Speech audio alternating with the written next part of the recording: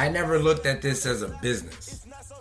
I looked at it as a passion. Your character is either the opposite of who you are or who you are with the volume turned up.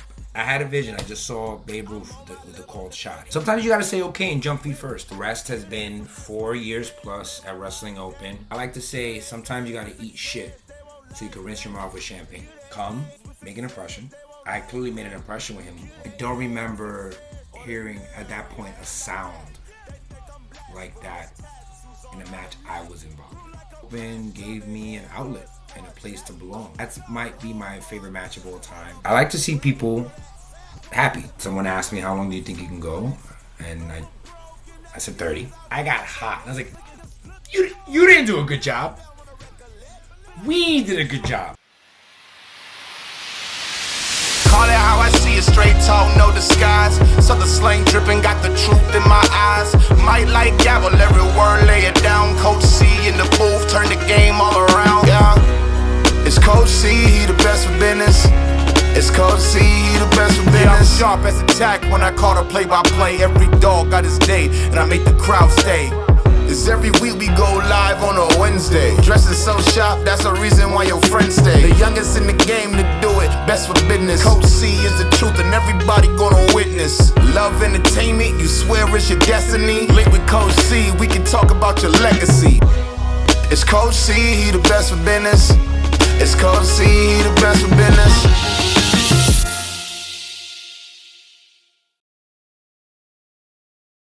All right, everybody, welcome back to the channel. Another episode of Best for Business. This one I'm pumped for. Pedro Dones, thank you for joining me, but thank you for everything. I appreciate you.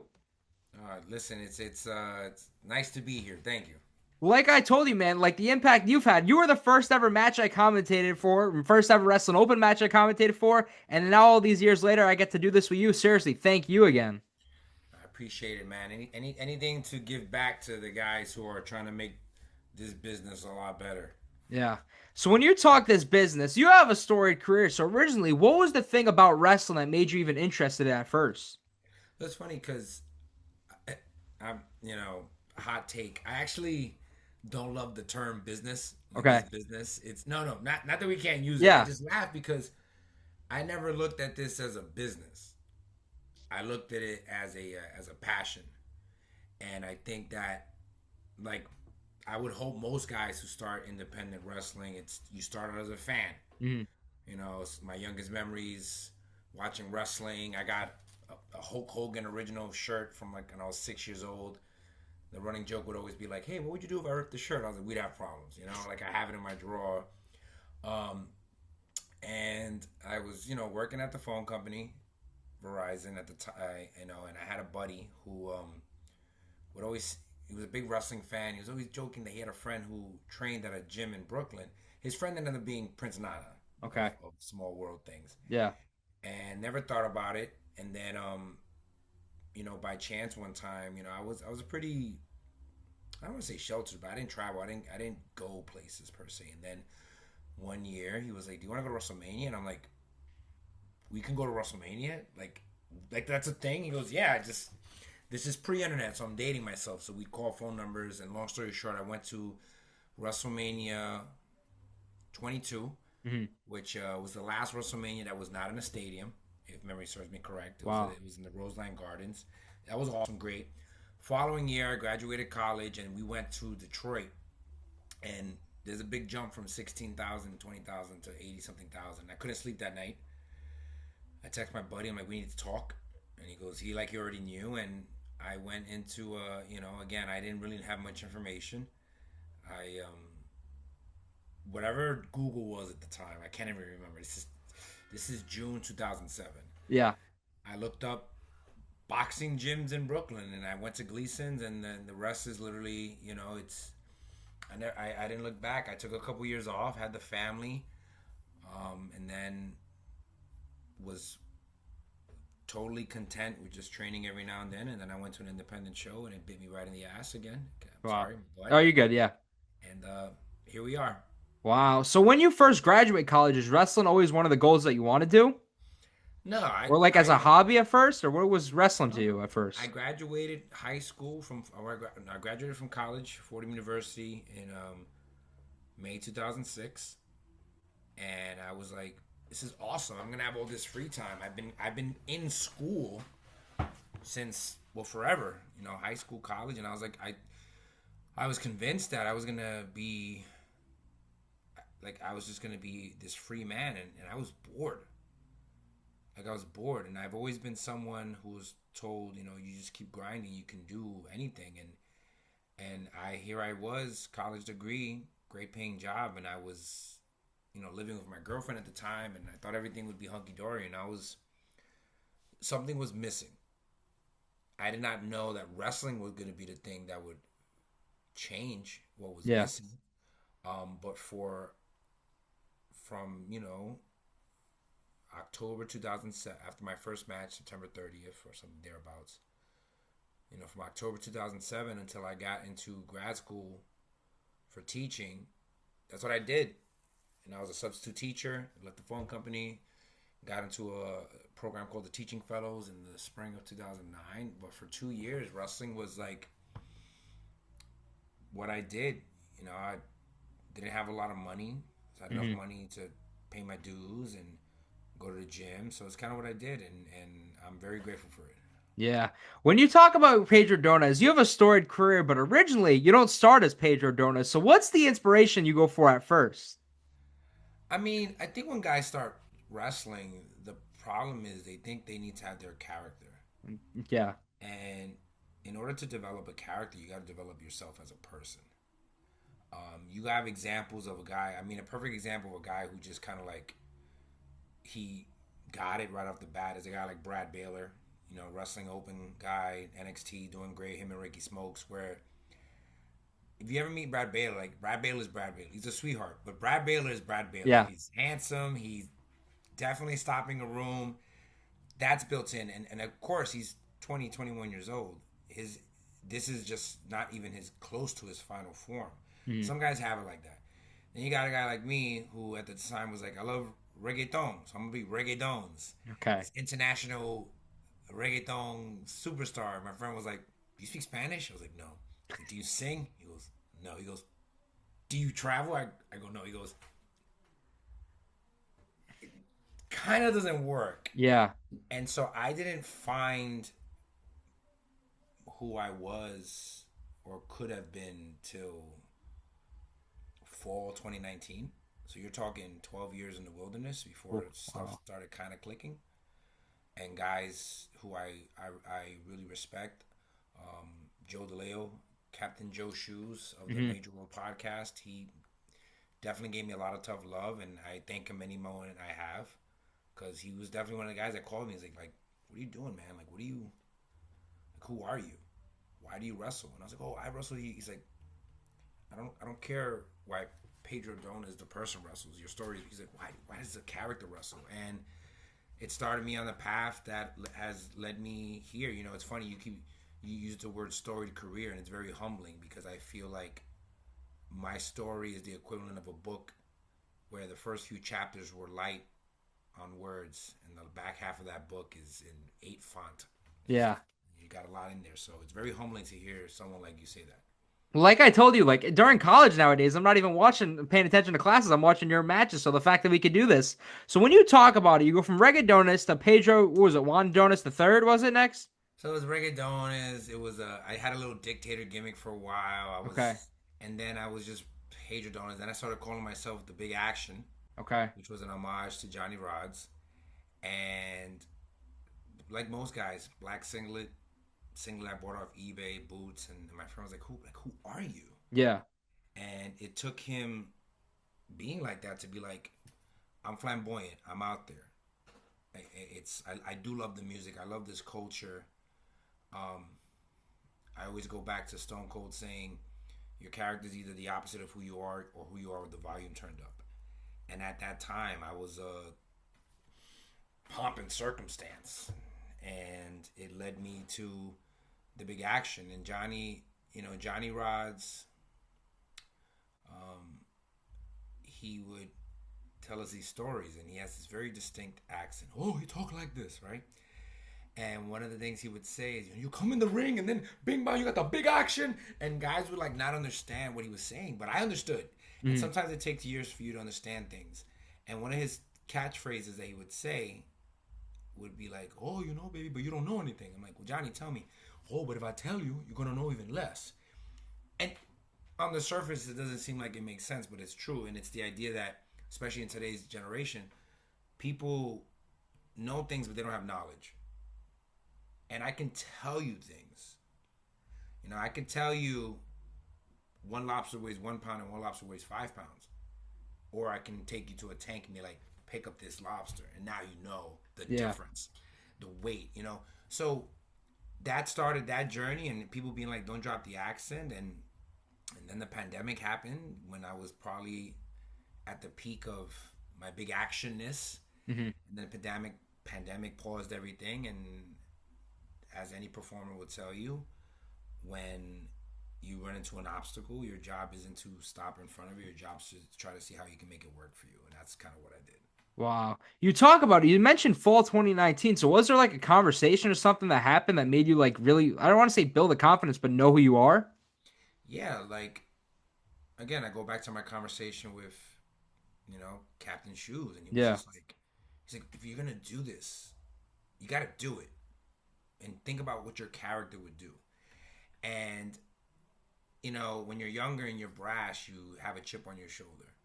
And I'm not small, but I'm diminutive compared to some other wrestlers. You know, now I'm, you know, took my fitness more seriously, but I was playing a character.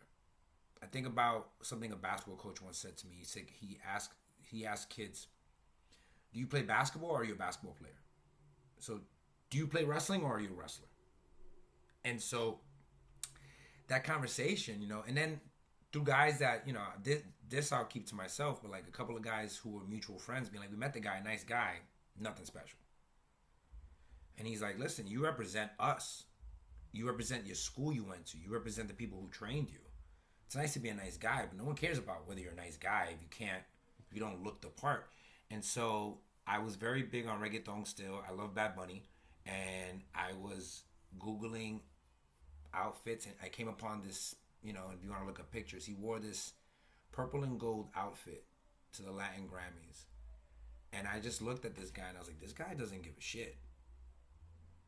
Like, he actually has a song that talks about he doesn't care about what people think about what he's wearing.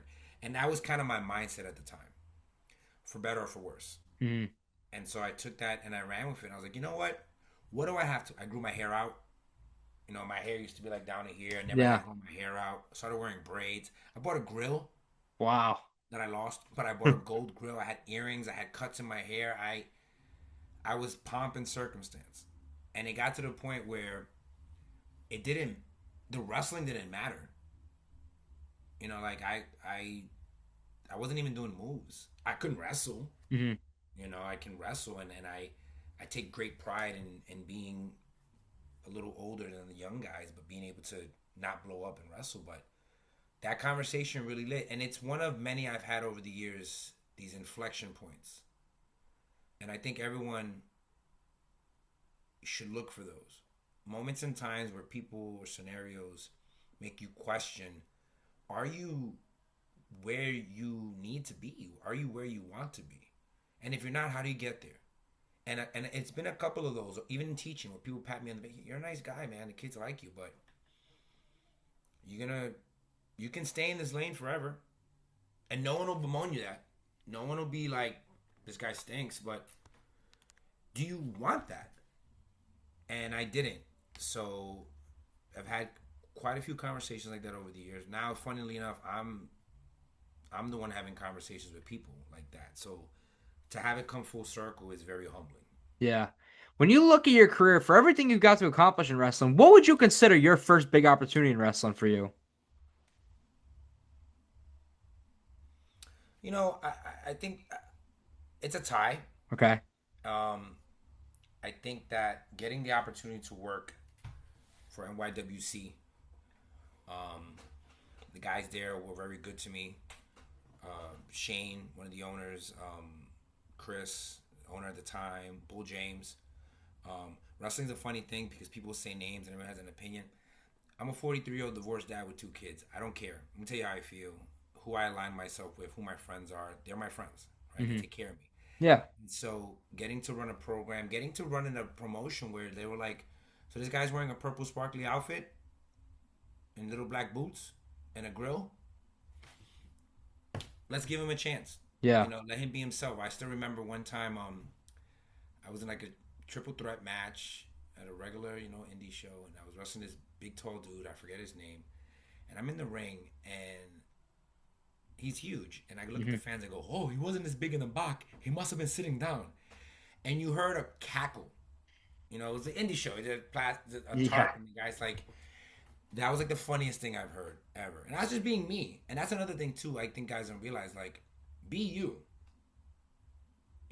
Just try to be an entertaining version of you if possible. And I'm very fortunate to have my father's genes to be a guy who's quick on his feet and can make jokes, and that was a big opportunity. And then wrestling, through that I started training with Damian Adams, one of the best trainers in the world, hands down. And then I got an opportunity to wrestle at a Beyond show by accident because there was a show that was rescheduled because of a storm, and I befriended Drew Cordero and Paul Crockett. But at the time they were running Wrestling Open, and Wrestling Open's on episode 216, I think. Yeah, I think so. I was on episode 4. I wrestled Love Me Some Love Doug, and I thought it was gonna be like, in and out, and that was it. And even that's funny because I'm announced as the big action there, and then I Paul Crockett came to me, and I don't care what anyone says, he's a genius. I don't care what anyone says, no one can kick my ass. A couple of guys kick my ass. Brad House could probably kick my ass, and Ray Jazz. Yeah. But Paul was like, I had a vision. I just saw Babe Ruth with the called shot. He goes, the big action, I don't know what it is right now. Even Damian Adams be like, I don't know what the big action is. He's like, I see it. What do you think of the shot caller? And I said, okay. Sometimes you got to say okay and jump feet first. Yeah. You can disagree. You can jump up and down. But, like, what did I have to lose? And the rest has been 4 years plus at Wrestling Open. And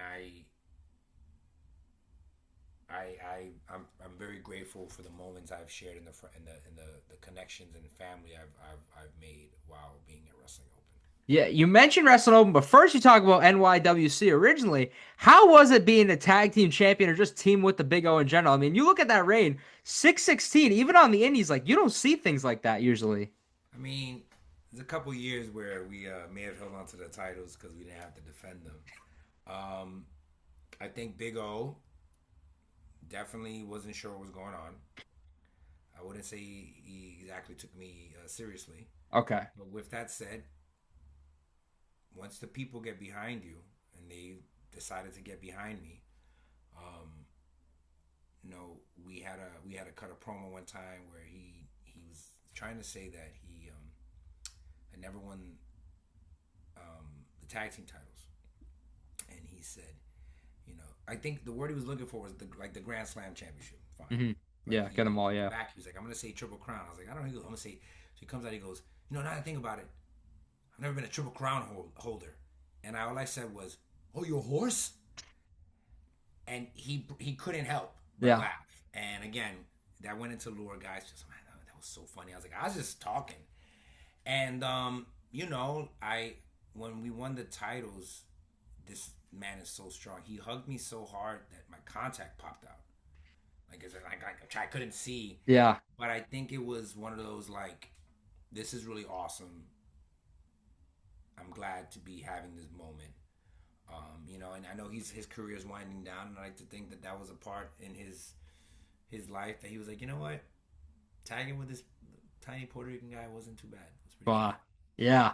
And when you talk companies, especially one that still sticks out and has been killing, has been around forever, how does Pedro Dones go to the ECWA originally? ECWA? Yeah. I actually have trained there, but I didn't work for them. I might have to fact check it. I think you had a match there. Who did I wrestle? I'll look it up. I think you wrestled. How did the opportunity come to train there originally then? I know a couple of guys from Gleason's that have been training there. I am old, Chris, so you gotta forgive me. You probably know my facts better than I do. Yeah. Um, I know I've done I've done shows probably like a sign with them, but like again, the guys I wrestled with at Damien's that I was training with had a lot of guys out in Jersey, and they brought me along. I guess I was a nice guy. So it's on March 11th, 2012, you wrestled Bolt Brady, but the reason it had to be for ECWA because it was at the Greater New the Boys and Girls Club in Delaware, which that's like ECWA's place. You wrestled Bolt Brady, it was called. His name was. Wow. Damn. You know what? I don't remember that. Yeah, Damn. Pick it Tony out. Nese was on the show. Chris Wilde, Mr. Ooh La La. Like these are all the ECWA legends over here. Did I win? No, he beat you. I don't remember. Oh, I remember that show now. Wow. Yeah. So my ex-wife, Tina San Antonio, is still a worker, mother of our two beautiful kids. Love her. Still love her. Mm-hmm. And lots of times she would get booked for these shows. She was good. She was good. And back then, women's wrestling wasn't what it is now. And so she'd bring me along to these shows. And it was also one of those things where like I don't. In retrospect, that maybe I wasn't as humble as I should have been. There's a fine line between having a chip on your shoulder and being an asshole. Mm-hmm. And I was probably an asshole. So which is probably why maybe I had like a one and done match. And I think that all the things they tell you about now, being on the road, making connections, showing up early, leaving late, building the ring, but all that stuff applies. I didn't do it, and honestly, it probably cost me several years of my career. Okay. So if you're listening to this, man, make those rides, send those texts, like show up. You said I could curse, right? Yeah. So I like to say sometimes you got to eat shit so you can rinse your mouth with champagne. And I think there's too many people, myself included, who just wanted to pop bottles, but they didn't want to put in the work. And now at the ripe young age of 43 years old, I realized that like it's you got to put in that work. You know what I mean? Like you have to put in that work. It's like you can buy a new car, you can buy a used car.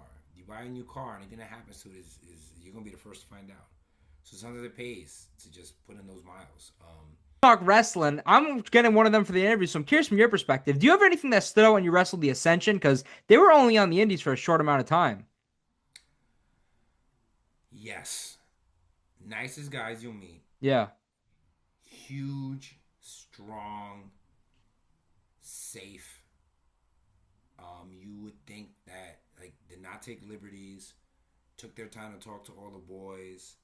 I was very fortunate to work them, to be able to have a match with them, and just like guys like that make wrestling better. Yeah. They're not big leaguers at all. Did not treat us like anything. Treated us just like any one of the boys. So I'm very grateful for that. Yeah. So we talked about it. You mentioned talking about big opportunities, wrestling open, Beyond Wrestling. I remember Beyond has a storm. So how does Pedro Dones come in? So the show gets canceled, and then how do you come in for this? So what happened was originally I was on Armory show for WWR, right? Mm-hmm. And we had another. I don't remember if it was. It may have been a year where Rana was canceled. Okay. Because of a storm. Yeah, it was like Teddy Cardona originally, all that stuff. Yeah. And so we had to merge it with an Armory show. And I got on the Armory show. It was me, Tina San Antonio, and Damian Adams, the administration at the time. Yep. Against Rex Lawless, Willow Nightingale, and Mike Verna. Shout out to Mike Verna, sweetheart. Yeah. And again, I'm still of the mindset where like I do a show here, do a show there. But when I went to do Wrestling Open, I drove up with the boys, episode 3, and I saw Drew, and Drew was like, I didn't know you were coming. I would have put you on the show. And he was so nice. This is January 2022. Mm-hmm. To just be like, I didn't understand the format of Wrestling Open at the time. And it was very much like, come, make an impression. I clearly made an impression with him already. And after episode 4, I was off a week, I think maybe I was on episode 5, and then I remember I wrestled Love Doug, and then I wrestled Blackstrom, Yeah. Joey Conway, 50 Cal, which Wow. was great because I remember the guys being like, I don't know, 50 Cal was Hulk Hogan, And then I had to wrestle. I had to pull out. Funnily enough, the guy I was going to wrestle, I want to say it was April or March, was the big boy from Brooklyn, Tyree Taylor, who is phenomenal. Mm-hmm. And a Gleason's guy. And I had to pull out because I had parent-teacher conferences. Okay. And I've never pulled out on a show. And I was so distraught. I was like, there it goes. I'm done. And then I get added to the next card, and I'm wrestling Alec Price. This is my 5th match at Open. And he's like the guy over there at the time. And I was like, oh, great. I'll go in there, 4 to 5, do the job. Easy peasy, right? Yeah. Card comes out, main event, 8 to 10. And the Booker man is just like, just be who you've been. And I am very proud of that match. I'm very proud of that match. You can find it somewhere on YouTube. I look like a much younger man. Guys, make sure you take care of yourself into your 40s. Still handsome. Yeah, oh yeah. Definitely a slider back then. And Max Caster was there. Gave me feedback. And again, after that, I've been very fortunate to become a regular at Wrestling Open. Like, it's my home. Yeah, for you especially, what's that like having a company like Wrestling Open? At first, people didn't know what to expect. It was kind of based like an open mic night. Like originally, the first few shows, Rich Palladino was just reading who was wrestling at the start of the show. But to see what it's become, having all the specials, the people come in for wrestling, for you being a part of that, what's that been like? Because even in the area, like that's the first of its kind. Doing weekly, especially during the pandemic at the time. I mean, why? It was once said that there's only 3 companies that run a weekly wrestling show. WWE, AEW, before TNA, and Wrestling Open. Mm-hmm. And you talk about an insane opportunity that some people take for granted, some people don't, where you're on weekly episodic television, you're grinding, you're not making a lot of money, you don't do this for money. You talked about passion at first, how much you loved wrestling. Yeah, passion, developing a character, having the opportunity to get on the mic, and having people remember you. Independent wrestling is great. It's sometimes hard to build continuity over shows that are once every 2 weeks or once every month that can't have everybody available. So to have a solid roster of guys, there's been, we got look at Swipe Right. Look at all the guys that got ID'd. Those are all regular Open guys that had to learn. Not just that, but like, you can have the same match. You can wrestle 4 different shows, have the same match 4 days in a row. But you can't do that at Open. You can't. Yeah. Even now it's hard. I did a loop last month. I did Heavy Lies of Crown on a Wednesday. Then I did Open on a Thursday. Then I did Pro Wrestling Super Show on Friday. And then I did Live Pro Wrestling on Saturday. Yep. You would have told me I was doing that at 43 years old. I would have, But 4 different shows, 4 different matches. Because I know that there might be people who can't get away with that. So you gotta learn how to work and be creative. Yeah. So very good preparation. You talk Wrestling Open. You're one of the guys. You've been a part of so many moments. So a few of them I want to ask you originally. What stands out to you when I say the words Open Door War originally? I didn't think I was gonna win. Okay. I suffer from imposter syndrome. I'm very much sometimes like, really? Like me? Like why? And you have to establish guys. And I think that I had no idea I was gonna go over in that match up until I think that day, honestly. And the heat in that building compared to the heat I have now is like night and day. But it was also, you look at the guys that were in that show. It's a who's who. No, it's the guy Open Door War. That first Open Door War. Pedro Dones, Ryan Clancy, Bobby Orlando, Brad Hollister, Tyree, Gary J was in that. Yeah. I might be missing one. I feel like I'm missing one. Let's see. And I'm going through eliminated. Bobby was eliminated first. Brad and Tyree, Gary J. There was 6 of us. Yeah. Yeah. So even looking back at that match, the guy that stands out is Ryan Clancy, because he was the one that was like helping me. He was like, watch how this goes over. I won't tell you the exact part of the match. But that time, even 4 years ago, he had the confidence to be like, trust me, this is going to work. And then after the match, he was like, I was like, look, and now 4 years later, he's the next big thing. Yeah, that's crazy. And for looking at moments of Wrestling Open, a part of the first ever Open Door War, winning the match, for you, I remember packed house. When you hear Steel Cage Warfare, for you, what does that mean? Because you look at that show for a Wrestling Open show, how packed it was, the emotions, the reactions was nuts for that one. I teared up at the finish. Yeah. I I don't remember hearing at that point a sound like that in a match I was involved in. And I'm in the middle. I'm in that ring, having my moment. We clear the ring so the guys can have their moment. I'm very proud of that match, and it's, like I said, selfishly, like that's something I'll have with me forever. You know, that's what wrestling's great. Wrestling gives you those moments, and I'll never forget. I can't even describe it, but this being laid out in the ring, I took the finish. Yeah.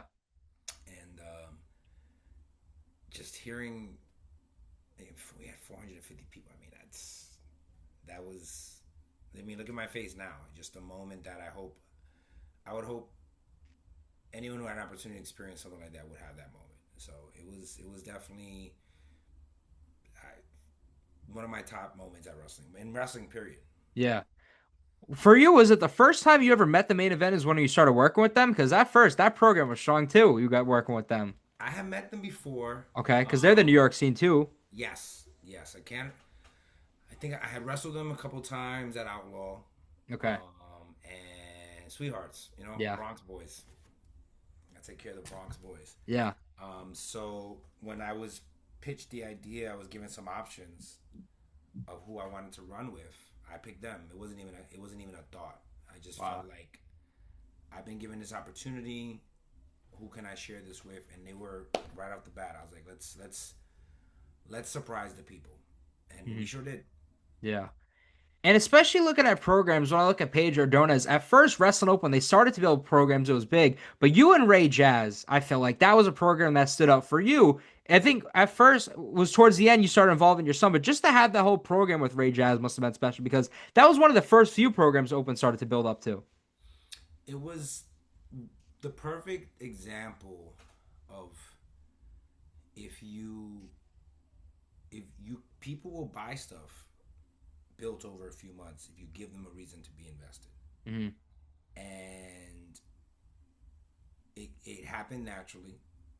I had been a training partner with Ray Jazz, and you have two guys who are polar opposite. Ray looks like granite. I did not. Ray is an all-American, accomplished pro wrestler. I'm a math teacher.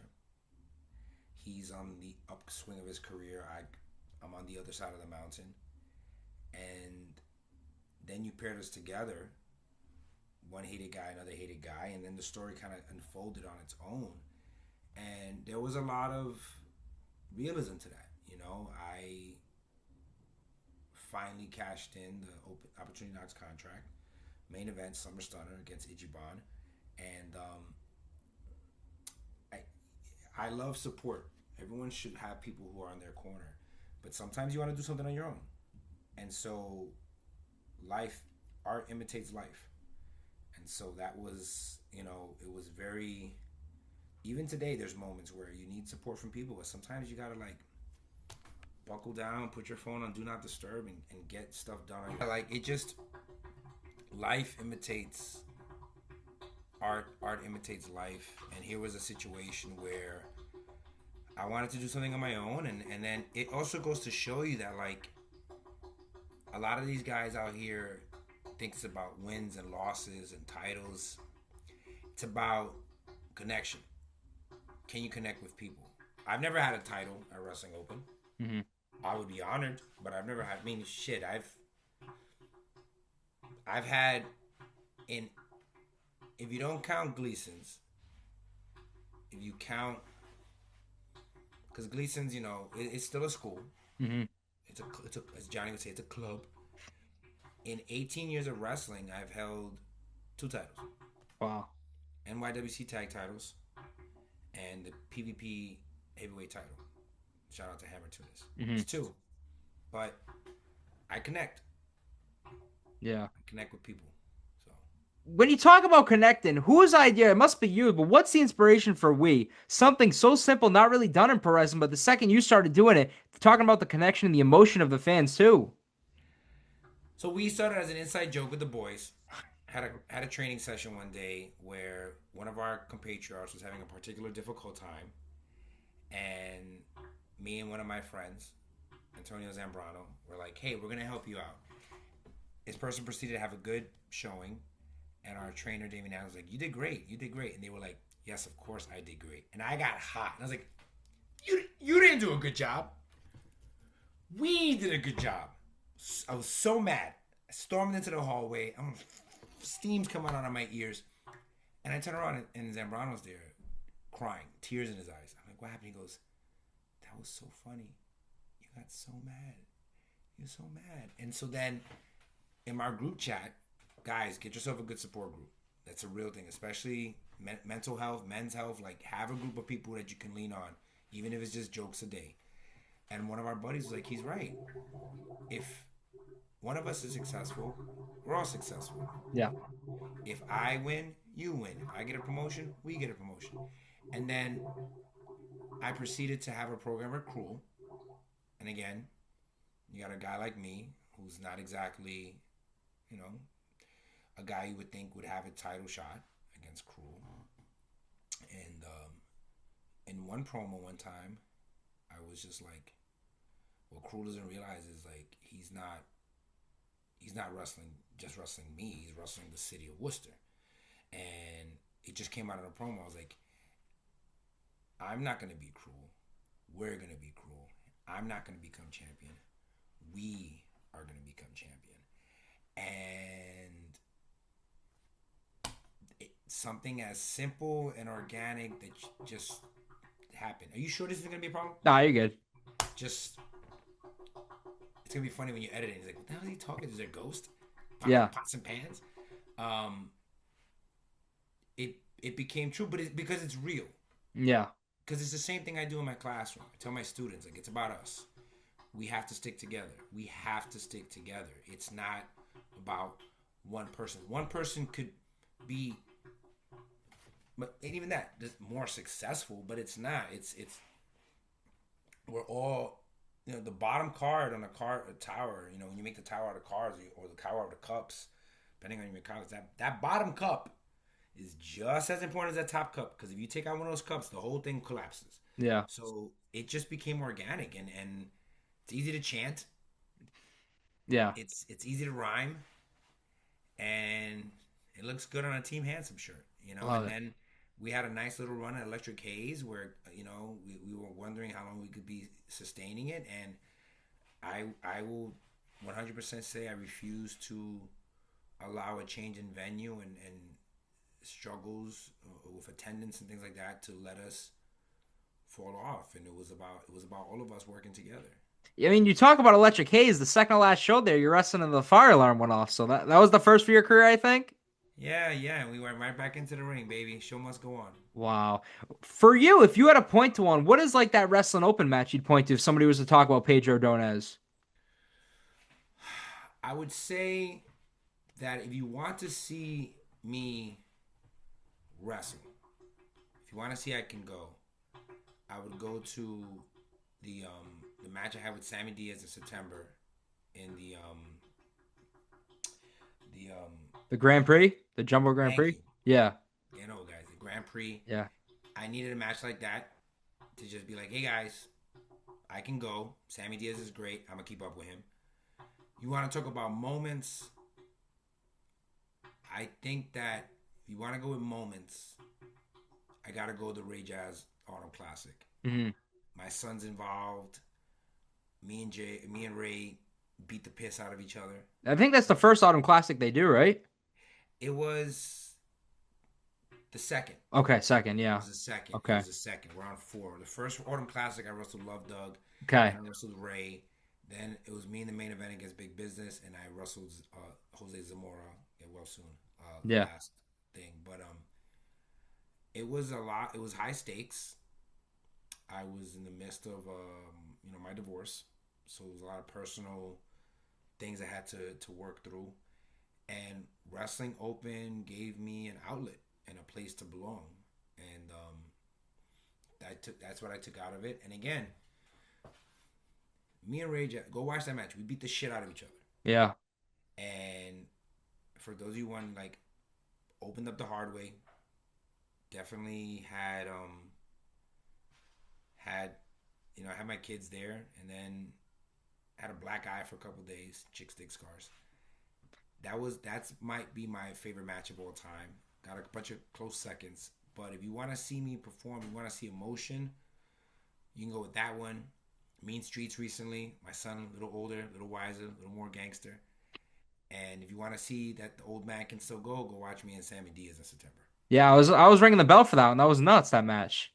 Yeah, the Mean Streets. Yeah. No, the one you and Sammy Diaz. Oh yeah, that I definitely got my bell rung in that match. Kept going. Sammy is phenomenal. Mm-hmm. And I think that was one of those matches where, like, if you didn't know the finish, you can go either way. And I will humbly say that me, beating Sammy is to me is a very big deal. Yeah. Very big deal.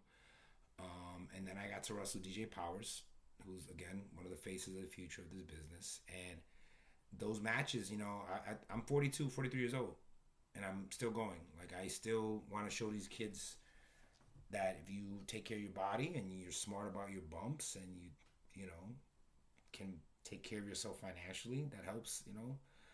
Being healthy is expensive. That you can do this for a long time. Yeah. Do it smart. Did Pedro Dones always have this charisma or the confidence in general? I think I was a little bit arrogant, dare I say a prick, for quite a while. And it took a lot of, life humbles you. And I think that I like to see people happy. I like to perform. I like to high five kids, and I like to make people feel good. I like to make people feel like they can do anything. And so the charisma comes from my dad. I mean, if you want to call it charisma, I will accept that. Funny, quick-witted, handsome. It's not Team OK. It's not Team Decent looking. Yeah. Team Decent. But also that idea that, like, we should all think like way about each other and about ourselves. Yeah. We should definitely always be lifting each other up. And if that's not something you're cool with, I'll give you the best response I can give you. And I quote Fancy Ryan Clancy. Okay. So, Wow. yeah, man. Yeah. I always try to be a funny guy for quite a while. Not a class clown, but definitely funny. Wow. And especially being in the New York scene, how does Pedro Dones go to House of Glory? Oh, man.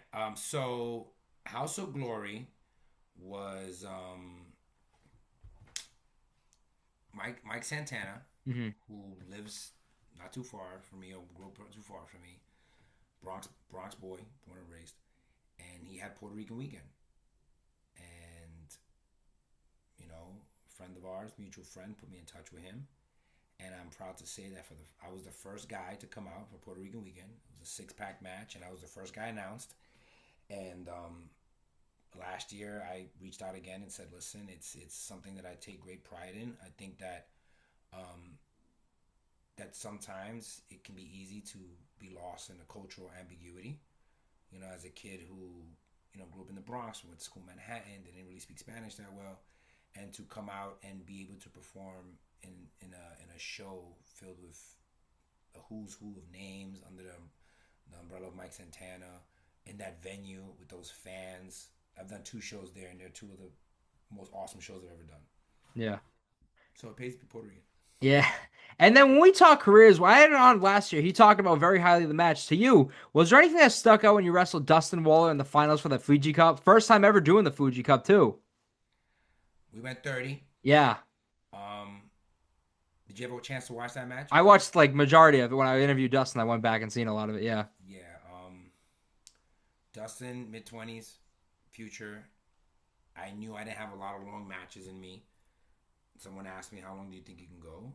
And I said 30. and didn't know I was wrestling twice that day. Didn't know that I was wrestling Dustin 30. Yeah. And I told Dustin I want to go 30. He goes, we don't have to. I was like, no, I want to go 30. I've never gone 30. I've never had someone ask me how long I could go in a match. And so, as someone who knows that sometimes these opportunities don't really spring themselves, I would always say that I have a match on YouTube in which I went 30 minutes. Yeah. And after wrestling 10 minutes earlier in the show, and me and both Dustin fully agreed that we probably could have gone another 10 or 15 if we needed to. Like, I will not be modest about that match. I'm very proud of that match and what we were able to do. And I feel like I could do it again. Maybe a little slower, but I think that Dustin came out better. I came out better. And again, I know I can work. So if you want to see if I can work and it's not a match at Open, go watch that match. Yeah. When we talk wrestling open, you've accomplished there a lot of wrestling, but for you, the commentary something always you wanted to do? No, they just asked. And I don't know if I'm good at it, but I think if you've gone back numerous times, I think so. I mean, sometimes you eat, the cheese that's in the fridge. So it's to each his own, but commentary is hard. Yeah. Commentary is very hard. So guys like you who do it, like, I commend you because you have to know the stories. You got to do your homework. Can't repeat stuff. Like, not easy. So anyone who's out there doing commentary or wants to do commentary, it might be harder than wrestling. I wrestle, I'm done. You have 3 hours of show to call. Yeah. So keep that in mind, people. For you, I'm curious, when you look at your career, everything in wrestling you did was great, but for teaching, was this always the goal, especially everything you have to accomplish? Teacher of the Year in New York City, all that stuff. Did you always want to do teaching? I went to Fordham University because I wanted to be on the radio. Wow. I wanted to be a sportscaster. I wanted to talk radio. Did not work out. Again, didn't want to do the work. Was there like a moment that changed it or just like over time? I was lazy. Okay. You get to the studio, you think it's gonna be one way, and they're like, "All right, you're gonna organize these tapes at 2 a.m." That was the equivalent of getting there early, building the ring, and setting up chairs. And I was too young and arrogant to do it.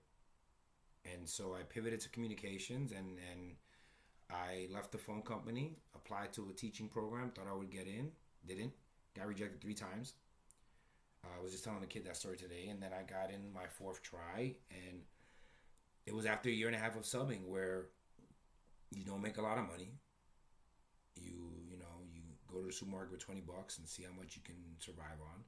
A lot of peanut butter sandwiches, a lot of spaghetti. And then that is what catapulted me to, getting my first master's as a teacher. And now, these years later, I have 2. And it was... I can't imagine doing anything else. I don't have any regrets because I feel like if anything had been different, I would have my kids, and they're the most important thing in the world to me. But no, man, it wasn't in the cards. I thought I was dealt, but I played the hand I was given, and I have no regrets. Wow. For everything Pedro Dones has done so far in your career, what is next? Because wrestling, you've been killing it. Wrestling Open, you're on every week. Teaching, you're doing good. What does the future hold for Pedro Dones? Right now, all I'm focused on is the present day and the peace that I have, other than the gurgling creak that you just heard in my apartment. I mean, reading, learning, supporting my school in any way I can, supporting my friends in wrestling. I think the end is closer than the beginning, and I mean that with love.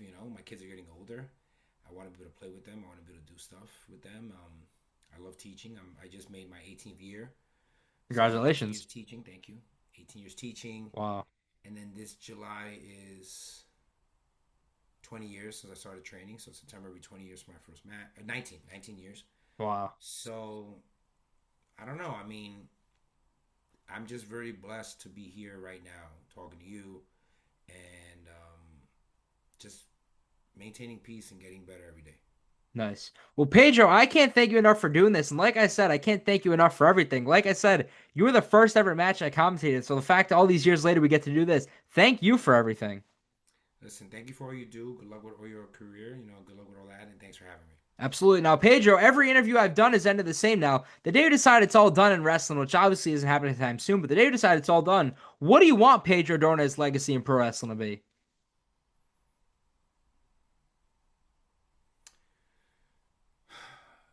I want it to be that of someone who paid it forward with the hopes that the people who follow him do the same. Nice. Just keep paying it forward. It's as Johnny Rods would say, it's a wheel, Pa. Keep it turning. Nice. Pedro, seriously, thank you so much for doing this. I appreciate it. I appreciate you, Chris. Thank you. Thank you, Pedro, for doing this, and thank everybody for watching this episode. This was Best for Business. Thank you for watching this episode of Best for Business. Don't forget to like, comment, and subscribe. Until next time, because this is Best for Business.